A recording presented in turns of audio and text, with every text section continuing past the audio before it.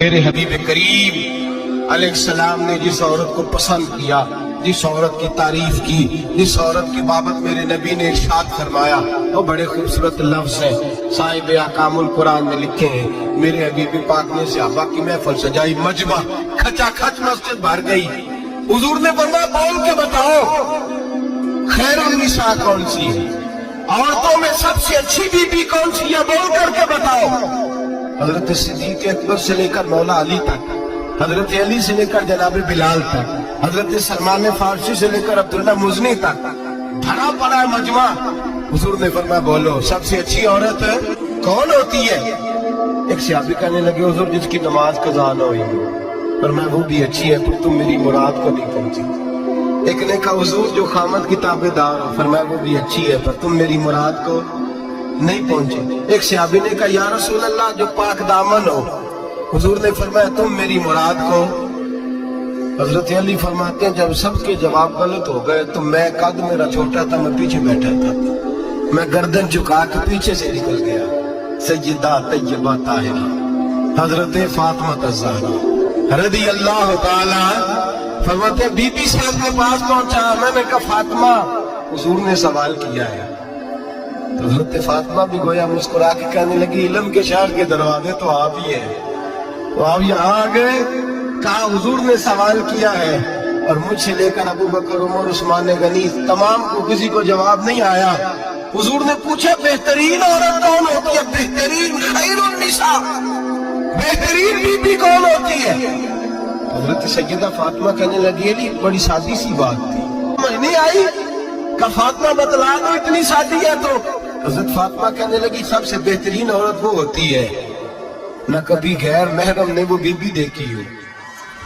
اگلے جملے بھی یاد رکھنا، اور فرمایا نہ اس بی بی نے کبھی کوئی غیر محرم دیکھا ہو۔ صرف مرد پہ پابندی نہیں کہ وہ عورت نہ دیکھے، فرمایا عورت پہ بھی پابندی ہے کہ وہ بھی غیر محرم کا چہرہ نہ دیکھے۔ فرمایا بی بی نے بھی غیر محرم نہ دیکھا ہو، وہ خیر النساء ہے، وہ سب سے اعلیٰ۔ حضرت علی کہتے میں جھٹ سے آیا، پیچھے بیٹھا، بات ابھی جاری تھی، میں نے ہاتھ کھڑا کر دیا، میں نے کہا حضور میں بتاؤں؟ نبی پاک نے فرمایا بتلاؤ، تو کہتے میں نے کہا حضور بہترین بی بی وہ ہوتی ہے جس نے نہ کبھی غیر محرم دیکھا ہو اور نہ غیر محرم نے کبھی اسے دیکھا ہو۔ علی فرماتے ہیں میں نے جواب دیا تو میرے رسول کی آنکھوں میں آنسو آ گئے، حضور روئے اور فرماتے ہنستے مسکراتے اچانک صحابہ کے آنسو برسنے لگے، مجمع پہ کیف سا طاری ہو گیا، آنکھیں برسنے لگی۔ ہم لوگ حضور کے رونے پر سکتے میں آ گئے، نظر اٹھائی تو جواب تو میں نے دیا تھا، تعریف میری ہونی چاہیے تھی، شاباش مجھے ملنی چاہیے تھی۔ میرے حبیب نے رو کے آنسو پوچھ کے فرمایا میں تمہیں کہتا نہیں الفاطمہ تو بدعۃ منی، فاطمہ واقعی میرے جگر کا ٹکڑا ہے، فاطمہ میرے وجود کا حصہ ہے، میں تمہیں کہتا نہیں رہتا، کہا فاطمہ میرے جگر کا ٹکڑا ہے۔ حضرت علی فرماتے ہیں صحابہ میری طرف دیکھنے لگے اور کہنے لگے علی جواب تو دے، شاباش بی بی صاحبہ کو ملے۔ تو کہتے ہیں میں نے کہا حضور روئے ہیں تو آنسو میرے بھی چھلک ہی پڑے ہیں۔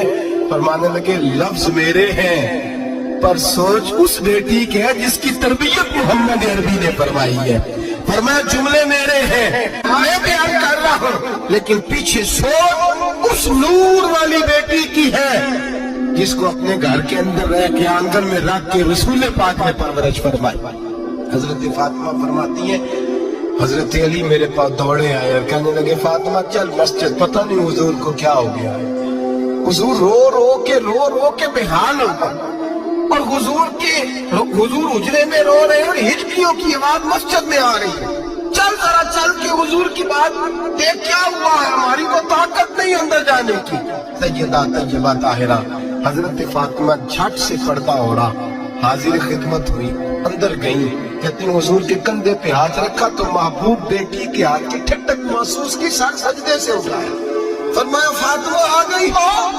حضور آئی، فرمایا چل بیٹی تو بھی ہاتھ اٹھا اور میری امت کی بیٹیوں کے لیے دعا مانگ، چل تو بھی ہاتھ اٹھا میری امت کی بہنوں ماؤں کے لیے دعا مانگ۔